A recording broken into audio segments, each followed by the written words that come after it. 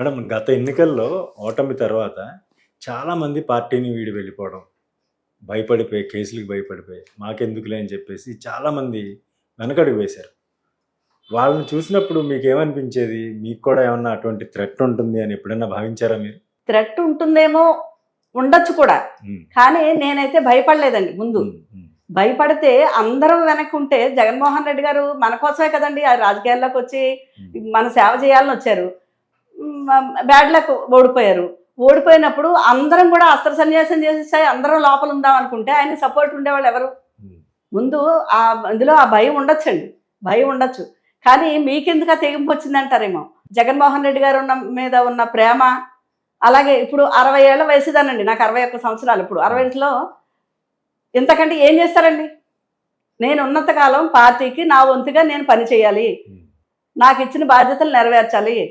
అందుకేనండి ఫస్ట్ 5వ తారీఖు కలిసి వచ్చిన దగ్గర నుంచి కూడా నాకు ఈ పదవి అయితే ఈ మధ్య వచ్చిందండి, వైస్ ప్రెసిడెంట్గా. రాకముందు కూడా, ఎలక్షన్ అయిన తర్వాత కూడా నేను పార్టీ కోసం నా వంతుగా మాట్లాడడం, లేకపోతే పని చేయడం, నలుగురిలోకి వెళ్ళి చెప్పడం, ఇలా జరగడం. మీద ఇంతమందికి ఇంత మంచి చేస్తే మీరు ఎందుకమ్మా ఇలా చేశారు అని మీరు చాలామందిని నేను ఇక్కడ కూడా కలిశానండి.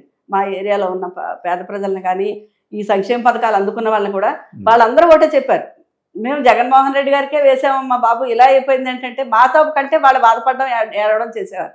ఇంతమంది ఇలాగ మేము వేసాము రాలేదు అన్నప్పుడు ఈ విషయమన్నా మనం సోషల్ మీడియా ద్వారా చెప్తూ ఉండాలి ఎప్పటికప్పుడు అనేసి నేను అదొకటే సంకల్పం కింద పెట్టుకున్నానండి. అదే జగనన్న అన్నట్టు నా ఆరోగ్యాన్ని కానీ నా వయసును కానీ లెక్క చేయకుండా నేను పని చేయడానికి నిర్ణయించుకుని పని చేస్తూనే ఉన్నానండి.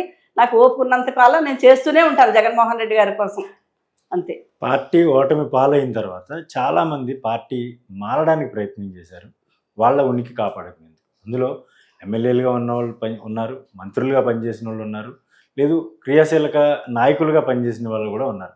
అటువంటి వారి గురించి మీరు ఏం చెప్తారు మేడం? పార్టీ మారి ఉనికి కాపాడుకోవాలనుకునే వారి గురించి ఏం చెప్తారు? మీరే చెప్తున్నారు కదా సార్, ఉనికి కాపాడుకోవాలనుకున్న వాళ్ళు, రాజకీయాలకు వాళ్ళు వచ్చిన వాళ్ళు, వాళ్ళు వ్యక్తిగత లబ్ధి కోసమో లేకపోతే దేనికో వచ్చిన వాళ్ళు ఉన్నవాళ్ళు, అది ఎంత పెద్ద స్థాయిలో ఉన్నా సరే ఓటమి తర్వాత ఇంకోవైపు వెళ్ళాలి అని చూస్తారు వాళ్ళు. దాని గురించి అలా చాలా మంది వెళ్ళి ఉండొచ్చండి, లేకపోతే ట్రై చేసి ఉండొచ్చు, కుదరకపోవచ్చు.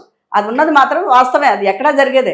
ఇదివరకు జగన్మోహన్ రెడ్డి గారు నెగ్గిన తర్వాత చాలా మంది ఈ పార్టీలోకి రావడం కానీ, ఇక్కడి నుంచి ఉన్న వాళ్ళు ఇప్పుడు చంద్రబాబు గారు నెగ్గారంటే ఇప్పుడు అక్కడికి వెళ్ళి ట్రై చేయడం కానీ, కొంతమంది జాయిన్ అవ్వడం కానీ. ఎందుకంటే వాళ్ళకి వ్యక్తిగత లాభం, రాజకీయాల్లో లబ్ధి పొందాలనుకున్న వాళ్ళు, ఒక దానికి అధికారానికి అలవాటు పడ్డవాళ్ళు అలాగే ఉంటారు.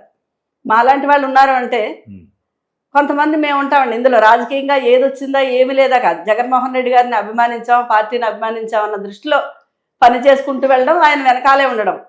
ఈ ఇన్ని సంవత్సరాలు మేము పనిచేసి మా సొంత డబ్బులతో ఖర్చు పెట్టుకుని మేము తిరిగాము అంతే. కానీ ఏనాడు మాకు ఇంత ఖర్చు పెట్టేశాం, మాకేమీ రాలేదు అన్న మాట మాకు ఎప్పుడు లేదు. ఎందుకో తెలుసా సార్, మీకు ఇప్పుడు ఓపెన్గా చెప్తున్నాను నేను.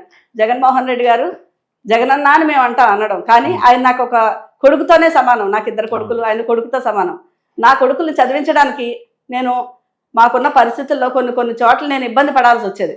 ఈయన ఎక్కడో ఉండేవారండి కొన్ని చోట్ల. ఆయన క్యాంపులకు వెళ్ళడము, డబ్బులు లేకపోతేనో నా దగ్గర ఉన్న బంగారం గబగబా బ్యాంకులో పెట్టి 1-2 లక్షలు తీసుకొచ్చి వాళ్ళ చదువులకి, వాళ్ళ ఫీజులకి కడుతూ ఉండేదాన్ని నేను. ఎందుకంటారు? వాళ్ళ ఉన్నతి కోసం ఖర్చు పెట్టాను. నా పిల్లలు రేపు నాకు తిరిగి రిటర్న్ ఇస్తారు అని కాదు, నా పిల్లలు బాగుపడతారు. అలాగే జగనన్న కూడా నా కొడుకు ఒక పార్టీ పెట్టుకున్నాడు, అతను ఉన్నతంగా వెళ్ళాలి. అతను వెళ్ళాలంటే నా వంతు కృషి చేయాలి. నా దగ్గర ఉన్న డబ్బులతోనే ఒక కార్యక్రమాలు ఇంకోటి చేసుకుంటూ వెళ్ళాలి. రేపు నాకు రిటర్న్ ఏదో వస్తుందని కాదు. నా కొడుకు పార్టీ పెడితే తను నెగ్గితే చాలండి. ఎందుకండి, ఆయన మొన్న నెగ్గి సంక్షేమంగా పరిపాలన చేశారు, ఎంతో మందికి ఇళ్ళు ఇచ్చారు, ఎన్నో సంక్షేమాలు. అందులో మేమందరం ఉన్నట్టేగా. అలాంటి పరిపాలన మేము ఉన్నాం కదా. జగన్మోహన్ రెడ్డి గారు అంతమందికి చేశారంటే మేమందరం ఉన్నట్టే.